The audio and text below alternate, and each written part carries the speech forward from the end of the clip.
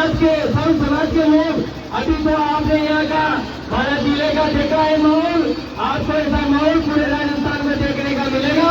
तो मेरा आप प्रशासन से निवेदन है कि इस मुहिम का जो चल रहा है बारा जिले से, इस मुहिम को देखते हुए बारा जिले की इस तमाम युवाओं की और बड़े बुजुर्गों को जो साथ देख रहे हो, इस साथ को देखते हुए आप हमको रिहा करते तो बात ठीक रहेगी, नहीं तो यह आक्रोश और भी तेज होता जाएगा।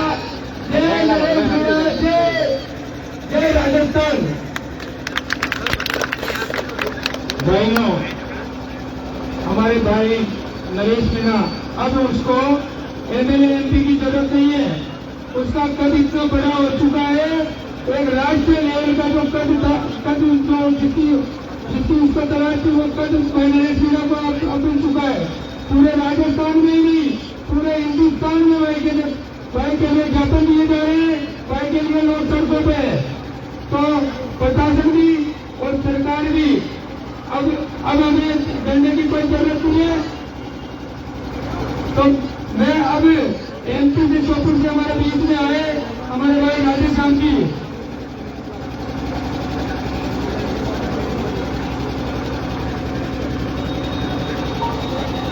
साथियों, नरेश भाई की लोकप्रियता आपके इस 12 हाड़ों और पूरे राजस्थान में ही नहीं बल्कि मध्य प्रदेश में भी जिस प्रकार से उसका कार्य है, वो संघर्ष करते हैं, एक लड़ाका, एक योद्धा जो कि किसानों के अधिकार के लिए, वंचितों के पीड़ितों के अधिकार के लिए संघर्ष करता है। उसके कारण आज जो नरेश भाई और सम्राटता गांव पर जो ज्यादती हुई है, उसके विरोध में इस पूर्वी राजस्थान और हाड़ौती में ही नहीं बल्कि मध्य प्रदेश में भी आक्रोश और रोष व्यक्त किया जा रहा है।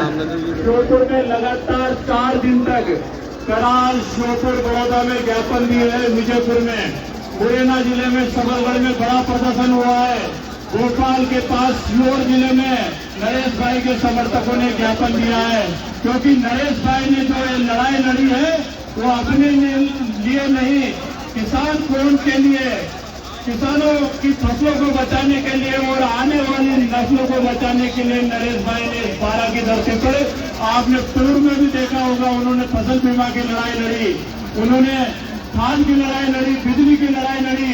इसी प्रकार से पूर्वी राजस्थान में तो सम्राटता गांव में, टोंक जिले में, जो कि सरकार की, राजस्थान सरकार के सुनियोजित साजिश के कारण जो ग्रामीणों पर अत्याचार हुआ है, वहां पर लाठियां मारी गई है, निर्दोष ग्रामीणों पर जो भोजन कर खाना खा रहे थे उन ग्रामीणों पर आंसू गैस के गोले छोड़े गए, बम छोड़े गए हैं। तो साथियों, जब तक सम्राटता गांव के निर्दोष ग्रामीणों को न्याय नहीं मिल जाता और नरेश भाई रिहा नहीं हो जाते, हमको चैन से नहीं बैठना है। जो हमारे दिलों में ये चिंगारी भड़की हुई है, जो ये आग लगी हुई है, इसको और मजबूत करना है और विरोध की आवाज को और कठोर तरीके से बुलंद करते हुए संघर्ष को मजबूती देनी है। जब तक नरेश भाई जेल की सड़कों से बाहर नहीं आ जाते, जेल से बाहर नहीं आ जाते, निश्चित रूप से आज नरेश भाई को पूरा राजस्थान और हिंदुस्तान एक भगत सिंह के रूप में देख रहा है।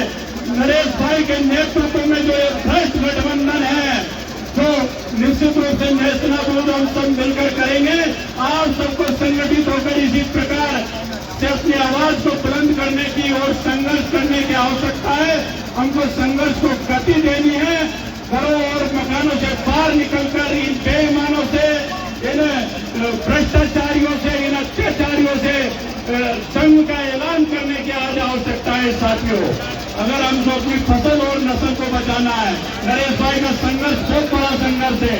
जब पूरे देश में किसान आंदोलन चल रहा था तो राजस्थान की राजधानी में उन्होंने उस किसान आंदोलन के आह्वान पर रेल को जाम किया था, रेल रोकी थी, सड़कें जाम करी थी और श्योपुर में भी एक बड़ी विशाल किसान महापंचायत हुई थी। तो उनकी लोकप्रियता के कारण वहां पर भी उनको मुख्य अतिथि के रूप में आमंत्रित किया था। मैं तो ये जो 12 की धरती पे जो लड़ाका पैदा हुआ है, योद्धा पैदा हुआ है, हमको इस योद्धा को, इस लड़ाके को कमजोर नहीं पड़ने देना इसीलिए मैं श्योपुर से आप लोगों के बीच में इतना ही आह्वान और निवेदन करने आया हूँ। हमारा जो संघर्ष है इसको कमजोर नहीं होने देना है, संघर्ष को गति देनी है, अंतिम सांस तक हमको लड़ाई लड़नी है अन्याय अत्याचार के खिलाफ। इतना ही कहकर मैं अपनी बात को समाप्त करता हूँ।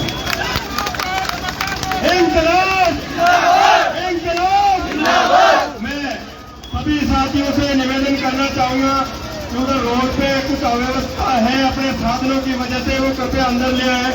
और सबसे बड़ी दूसरी बात कि हमारे पास समय भी कम है, इसलिए हमारे जो मुख्य वक्ता है वो थोड़ा शॉर्ट में अपने जो शब्द हैं उनको कह के हम अनुग्रहित करेंगे। मैं इसी क्रम में हमारे बीच में उपप्रधान साहब रामेश जी मीणा यहाँ उपस्थित है, उनसे निवेदन करूंगा कि वो इस जनसैलाब को जो नरेश भाई साहब के लिए आप बना रहे हैं आशीर्वाद देने के लिए आपको अनुग्रहित करें। धन्यवाद। राम राम साथियों, जैसा कि मेरे पूर्व वक्ताओं ने आपको बताया कि कैसे चंद्रावता गांव में छप्पर कांड की आवश्यकता पड़ी, आप सब लोग जानते हैं। ऐसे कांड पहले भी कई बार हुए, लेकिन जिस तरह से सफलतापूर्ण वहाँ के ग्रामवासियों के साथ और हमारे नेता भाई के साथ जिस तरह से सफलतापूर्ण पुलिस प्रशासन द्वारा जो व्यवहार किया गया है वो बहुत ही निंदनीय है। इसके लिए हमें सबको एक संगठित होकर शांतिपूर्ण तरीके से अपनी आवाज को बुलंद करना है, अपने नेता की आवाज को बुलंद करना है। सभी साथियों से मैं तो यही कहना चाहूंगा कि इंकलाब संघर्ष हमारा नारा है, जीवन की टक्कर में संघर्ष हमारा नारा है। संघर्ष करते रहना है, चाहे कुछ भी हो जाए, हमें पीछे नहीं हटना है। जय हिंद, जय भारत। हमारे बीच में पधारे भाई छोटा से कोचिंग क्लास से संचालित करने वाले आरसीएम गुरु जी।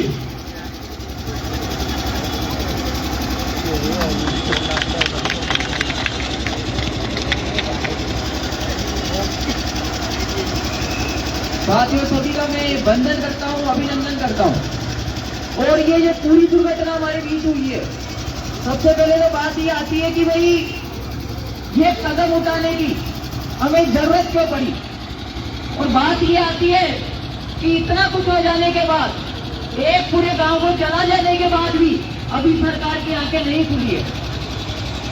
और ये आज आपने अपनी जिंदगी में देखा होगा कि यहाँ पर आज हमें ऐसा अनुभव हो रहा है कि अभी हमारा देश आजाद नहीं हुआ है। आजादी के नाम पे हमारे ऊपर क्या है, कलंक है। अगर आपको इस कलंक को मिटाना है तो आपको एकता लानी होगी। और यहाँ पर ये जो कुशासन हमारे राजस्थान में चल रहा है, इस कुशासन के पीछे किन लोगों का हाथ है, इस कांड को करवाने के पीछे किन लोगों का हाथ है, क्या षड्यंत्र हमारे साथ रचा गया है। किन कारणों से एक छोटी सी घटना को इतना बड़ा दुर्घटना का रूप दिया है, इन कारणों को हमें ढूंढना होगा। और जब तक इन कारणों का हमें पता नहीं लगेगा, जब तक पूरी तरह से इसकी जांच नहीं होती, जब तक अपराधियों को नहीं पकड़ा जाएगा, चाहे वो किसी भी पद पर हो, प्रशासनिक हो, कौन कौन नेता इसके पीछे, इस दुर्घटना के पीछे न जाने कितने लोगों का हाथ है। एक छोटी सी घटना नहीं है, एक किसान की आवाज से दबाने का एक काम जो लोगों ने किया है, एक किसान के बेटे को दबाने का जो काम किया है, एक उभरते हुए नेता को दबाने का जो काम किया है, इसके पीछे कोई छोटा मोटा हाथ नहीं है, बड़ा षड्यंत्र छिपा हुआ है। और इस षड्यंत्र से निकलने के लिए आप आम जनता को एक होना पड़ेगा, आप सभी को अपने घर से निकलना पड़ेगा। ये आज बहाना की बात नहीं है। जब तक हमें यहाँ पर पूरी सच्चाई के साथ हमारा जांच नहीं की जाएगी, तब तक हमें लगातार आगे बढ़ते रहना है। और ये जो कुशासन है इसको हमें दबाना है। अगर ऐसा ही होता रहा तो आपके किसान का नेता कभी भी आगे नहीं बढ़ पाएगा। तो मैं आप सभी से इतना अनुरोध करता हूँ कि हम आज जो चलेंगे बिल्कुल शांतिपूर्वक चलेंगे और यहाँ पर किसी भी प्रकार का ऐसा रूप नहीं दिखाएंगे कि हम पर उंगली उठाई जाए। हम सही हैं, हम गलत नहीं है, हम एक सच्चाई की आवाज को उठा रहे हैं और इस सच्चाई की आवाज को आपको दबने नहीं देना है। तो साथियों, चाहे हमें अलग रहना पड़े घर से, लेकिन जब तक नरेश भाई साहब को रिहा नहीं किया जाएगा हम सड़कों पर रहेंगे, इस प्रशासन के खिलाफ लगातार आवाज उठाते रहेंगे। जय हिंद, वंदे मातरम। अब हमारे बीच में पूर्व जिला प्रमुख साहब भरत जी मारन और राजेंद्र जी इंगोनिया हमारे बीच में पहुंचे। राजेंद्र जी इंगोनिया सरपंच साहब वो हमारे बीच में पहुंचे, कृपया मंच पे आए। और अब मैं बुलाने जा रहा हूं कोटा से हमारे बीच में पहुंचे भाई साहब धनराज जी केसी, वार्ड पार्षद कोटा।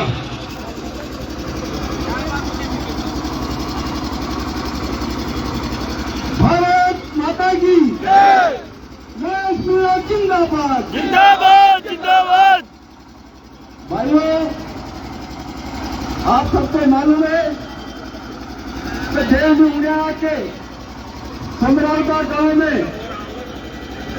जिस तरह से ग्रामीणों के साथ अत्याचार हुआ, नरेश भाई को षड्यंत्र पूर्वक जेल में डाल दिया गया। मैं आप सभी से अनुरोध करता हूं कि नरेश भाई अकेला नहीं है।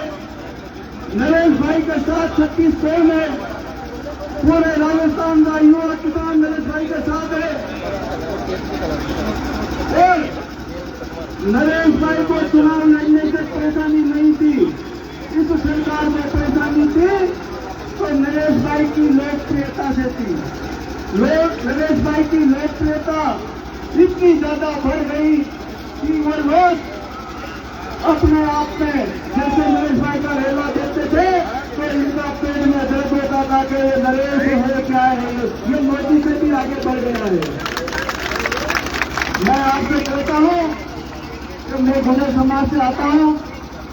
2 दिन पहले हमने कोटा में नरेश भाई का समर्थन में गुजर समाज के बैनर पर ज्ञापन दिया था, प्रदर्शन किया और आगे भी गुजर समाज कोटा जिला आपके साथ भाई हीर से हीर बजा देंगे, नरेश भाई को न्याय दिलाते रहेंगे। जय हिंद। समय कम होने के कारण कुछ वक्त का अभी अपने को वहाँ भी टाइम लगेगा, भी टाइम लगेगा। अब मैं आवाज दूंगा आपके बीच में राम कल्याण जी कश्यप साहब, जो चबड़ा से हमारे बीच में है। सभी को जोहार इंकलाब। साथियों, समय कम है और कम समय में मेरी बात में रखूंगा, कोई गलती हो तो माफ करना। साथियों, मैं उनियारा देवली की धरती पर 7 दिन लेके आया हूँ। वहाँ का वृत्तांत क्या है मैं थोड़ी देर में सुना दूंगा। हमारे भाई नरेश मीणा जी का प्रचार इतने जोर शोर से चल रहा था कि कांग्रेस बीजेपी को पछाड़ दिया था और कांग्रेस बीजेपी के नेताओं में दिमाग का अलाइनमेंट डाउन हो गया था भाइयों। और अलाइनमेंट डाउन होने के कारण ये तुम लगा रहे थे कि नरेश मीणा का प्रचार किस प्रकार से बंद हो, किस प्रकार से गलतियां हो। एक अधिकारी का महत्व क्या होता है, अधिकारी का दायित्व क्या होता है। अगर उस गांव में समस्या थी, उस गांव के आंदोलन कर रहे थे, उस गांव को संतुष्ट करना था, उस गांव की आवाज को कलेक्टर तक पहुंचाना था, मंत्री तक पहुंचाना था, मुख्यमंत्री तक पहुंचाना था। मगर ऐसा नहीं हुआ साथियों। वो जो अमित चौधरी करके एजीएम था, उस एजीएम ने वहां के विरोध को खत्म करने के लिए तुकबंदी लगाई और 3 वोट डलवाने की जबरदस्ती कोशिश की। बस यही कारण है साथियों। भाई को जब पता लगा कि भाई ऐसा क्यों कर रहे हो आप, गांव की समस्या है, गांव पर तुम जगह पर छोड़ रहे हो, ज्यादा दूरी है, ज्यादा समय लगेगा, ज्यादा पेट्रोल चलेगा, ज्यादा तुम्हें परेशानी आएगी, नहीं कर रहने दो। बात इतनी सीख थी, मगर ऐसा नहीं हुआ। जबरदस्ती जाके एक गैस प्रवेश 3 वोट डलवा दिए। गुस्से में आकर हमारे भाई ने अंदर बूथ में जाकर कहा, बूथ पोलिंग जो एजेंसी होती है उनसे एक बार वोटिंग हो गई ना हो गई। किसने करवाई? एजेंट ने करवाई, दबाव में करवाई। कहा एजेंट के सामने ही है। जब एजेंट सामने दिखा, एजेंट से बात हुई, मैं क्यों डलवाया तो जवाब नहीं मिला, टमाटर खींच दिया और बिना टमाटर के सामने चलेगा। तालियां नहीं, तालियां नहीं, इंकलाब करना है बंदो। तालियां नहीं, तालियां नहीं बजाना, इंकलाब जिंदाबाद, इंकलाब जिंदाबाद, इंकलाब।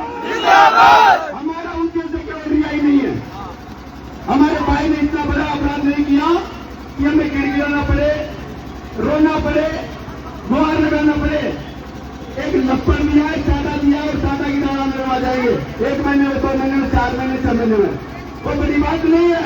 बड़ी बात तो यह है कि सरकारी असले के साथ में किस प्रकार से आतंकवादियों से मुठभेड़ की जाती है, अलकायदा गिरोह के साथ मुठभेड़ की जाती है, उसी तरह से उस गांव में पुलिस की कार्रवाई की गई है और गांव चलाया गया है। गांव की महिलाओं पर अत्याचार किया गया है। इसकी हम इसलिए जांच करवाएंगे और जब तक जांच नहीं हुई ये संदेह ऐसे ही बनी रहेगी।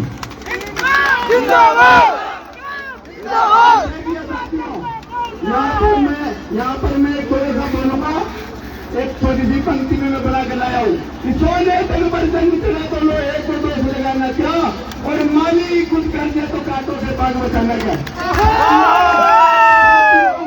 जिनके सहयोग से हम जीते हैं, जिनको चुन के हम बेचते हैं कि हमारे रखवाले, वो रखवाले हमारे पर गोलियां चला रहे हैं, हमारी बहन बेटियों पर लाठियां बनवा रहे हैं, भोजन करते नागरिकों पर आंसू गैस के गोले, मिर्चियों के गोले। ये कैसी बर्बरता साथियों, कौन सवाल है। और जब तक ये सरकार, जब तक ये भाजपा सरकार, केंद्र सरकार, राज्य सरकार, जितने भी नेता नेत्री, जितने भी हुक्मरान इस बात का जवाब नहीं देंगे, ये राजस्थान ऐसे ही डगमगाता रहेगा। इंकलाब जिंदाबाद, इंकलाब जिंदाबाद, इंकलाब जिंदाबाद, जिंदाबाद, जिंदाबाद। मेरी बात को नाम देता हूँ साहब। अब मैं भाई साहब दीनबंधु जी को आवाज दूंगा। दीनबंधु की ताकत। सभी दूर दराज सरकारें, किसान भाइयों, युवा साथियों, मजदूरों, सबको इनकलाब साथियों, इस तरह से आज नरेश मीणा की रिहाई के लिए आज 12 की धरती पर हम इकट्ठा हुए हैं। ये बहुत बड़ा काम है और नरेश मीणा ने 12 जिले का नाम रोशन किया है राजस्थान में। सब लोग कहते हैं कहाँ के, 12 जिले के। और मैं